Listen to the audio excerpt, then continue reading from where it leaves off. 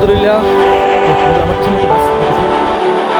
স্বাগত সবাইকে। বন্ধুরা, জাপানের এমন শতাধিক দুর্গ আছে যার সৌন্দর্য আজও যেমন মনোমুগ্ধকর, ঠিক তেমনি তার অতীতের সাদাকালো দিনের গল্প দর্শনার্থীদের অবাক করে তোলে।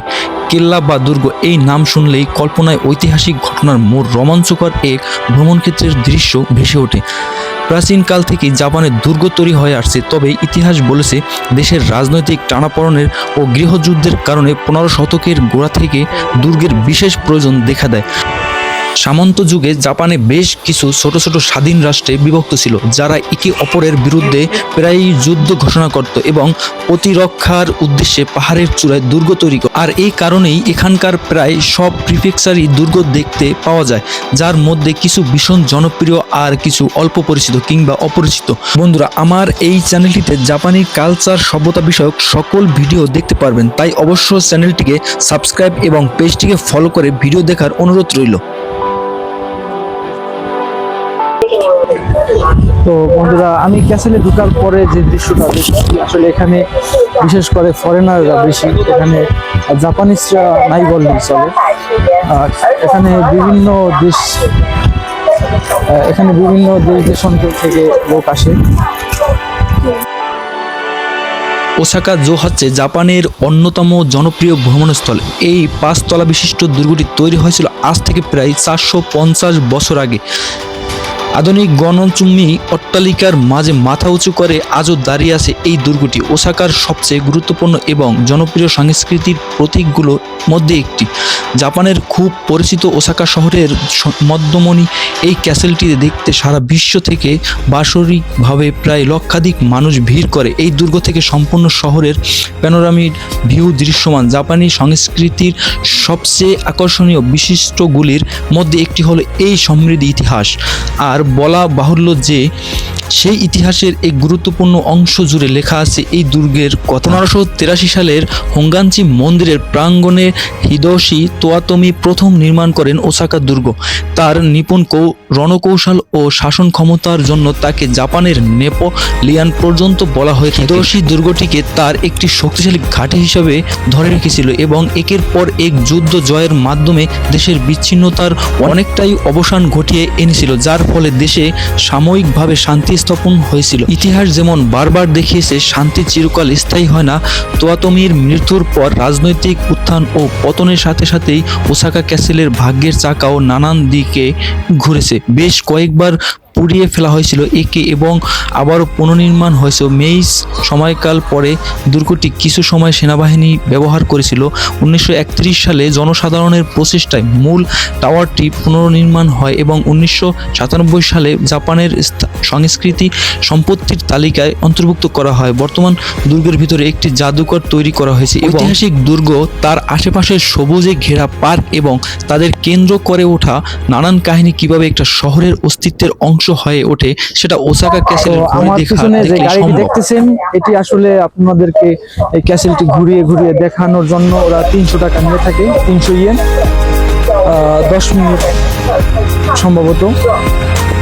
আমার পিছনে যেই দেখতেছেন, এটা সম্পূর্ণ পাথরের তৈরি স্থাপনা। তারা পাথর দিয়ে বেষ্টিত করে রেখেছে এটাকে। আলহামদুলিল্লাহ,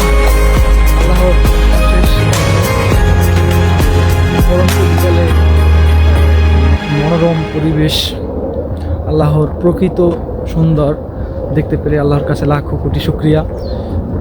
আসলে দৃশ্যটি আমাকে মন ছুঁয়ে দিচ্ছে। এত যে ভালো লাগতেছে, যেটা বলে বোঝানো যাবে না। আল্লাহর সৌন্দর্য যে কত সুন্দর, এটি আসলে না দেখলে কখনোই বুঝতে পারবেন না। শুকরিয়া করি মহান আল্লাহর কাছে, যিনি আমাকে এরকমের সুন্দর একটি দৃশ্য দেখার মতো সুযোগ করে দিয়েছে। আসলে আমার দুই পাশে দেখতেছেন তো গাছ, মূলত শীতের সময় এই গাছের পাতাগুলো ঝরে যায়। তো গাছগুলো দেখতে একবারে মৃত গাছের মতো দেখা যায়। আসলে এগুলো মৃত গাছ না, শুধু পাতাগুলো ঝরে গিয়েছে, কিন্তু গাছ সতেজই রয়েছে। তো এই পাশে দেখতেছেন যে ওসাকা ক্যাসেল এর শেষ প্রান্ত, একটু দেখেন। এগুলো আসলে পাথর দিয়ে ব্যারিকেড দেওয়া। তো বন্ধুরা, আমার পিছনে একটি গাছ দেখতেছেন। তো গাছটি আসলে দেখতে চমৎকার এক প্রকার, বলতে গেলে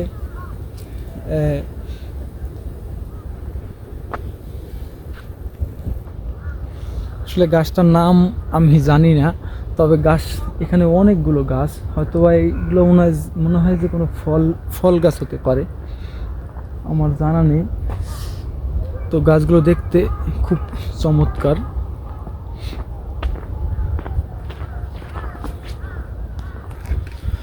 তো এখানে একটি সাইনবোর্ড দেখতেছেন, এখানে সংকেত দেওয়া হয়েছে যে বিড়াল যদি পার্কে ছেড়ে দেওয়া হয়, বিড়াল বা কুকুর, তাহলে এখানে জরিমানা হতে পারে। আলহামদুলিল্লাহ বন্ধুরা, আল্লাহর প্রকৃতি এত সুন্দর, আসলে ভ্রমণ না করলে এগুলো বোঝা বড় দায়। তো ভ্রমণ করলে আপনার পৃথিবী সম্বন্ধে ধারণা হবে, আপনি জানতে পারবেন বেশি বেশি। আসলে আপনি যতই টেনশনে থাকেন, আপনার সব কিছু পাল্টে যাবে, আপনার ভালো লাগতে শুরু করবে আস্তে আস্তে। যদি মনে করেন যে আপনি আপনার জীবনে অশান্তিতে আছেন, আপনি বড় বড় টেনশনে আছেন, তাহলে আমি বলবো আপনি বেরিয়ে পড়েন ঘুরতে, আল্লাহর প্রকৃতি দেখুন। আল্লাহর প্রকৃতির মাঝে আপনি যখন নিজেকে বিলিয়ে দিবেন, তখন আপনি বুঝতে পারবেন যে আসলে পৃথিবীতে ছোট্ট একটি পৃথিবী, এখানে অনেক কিছু জানার আছে।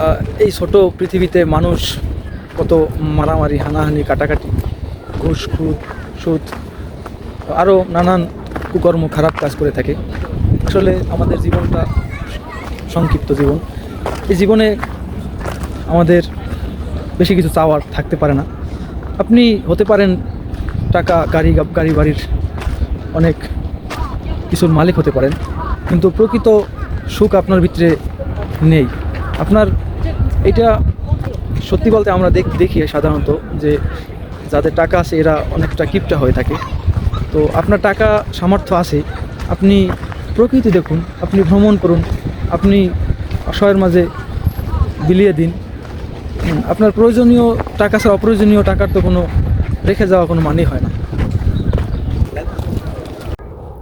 তো বন্ধুরা, কষ্ট করলে যে কেষ্ট মেলে, এটা আমি আজকে প্রমাণ পেতেছি। কারণ আমার জাপান ছিল স্বপ্ন, কখনো ভাবিনি যে আমি জাপান আসতে পারবো, কারণ জাপান আসাটা এত সহজ না। তো দেখা গেছে যে আমি জীবনে অনেক কষ্ট করেছি লেখাপড়া থেকে। তো জাপানি ভাষাটা অনেকটা সহজ না, যেটা মনে করলেই হয়ে যায়, এটার পিছনে অনেক পরিশ্রম করা লাগছে। তো আমি আমার স্বপ্ন নিয়ে আমি পরিশ্রম করেছি, দিনভর কেটেছি। তো আজকে আমার পরিশ্রম সার্থক হয়েছে, আমি আমার স্বপ্নের দেশে আসতে পেরেছি। তো বিশ্বে একটি সভ্য জাতি, একটি সুন্দর দেশ জাপানে আসতে পেরেছি। তো আসলে জাপান কত সুন্দর আপনারা দেখেন, একটু আপনাদেরকে দেখাই, পরিবেশটা দেখাই। দেখেন, রাস্তাঘাটে কোনো বিন্দু পরিমাণ ময়লা আপনি পাবেন না। দেখেন এখানের মানুষগুলো কতটা সচেতন।